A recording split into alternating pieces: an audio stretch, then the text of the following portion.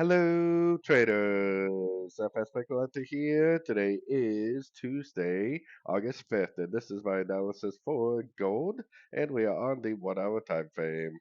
So last couple of days, I've been telling you if it continues to be impulsive, it's probably just going to keep going up and take out the highs.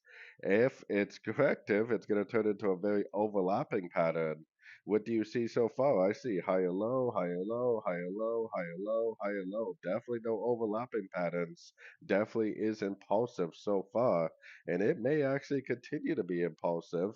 And if it does, why not just enjoy the trend and go long at the end of every single little pullback you see? Potentially for the continuation of the uptrend.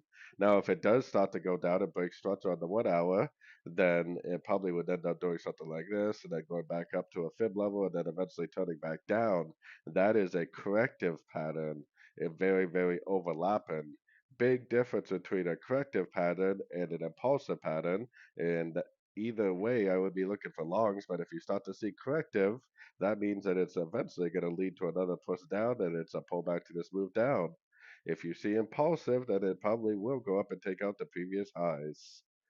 So anyways, don't forget to check out my website, fxpipcollector.com. And as always, thank you for watching and happy trading.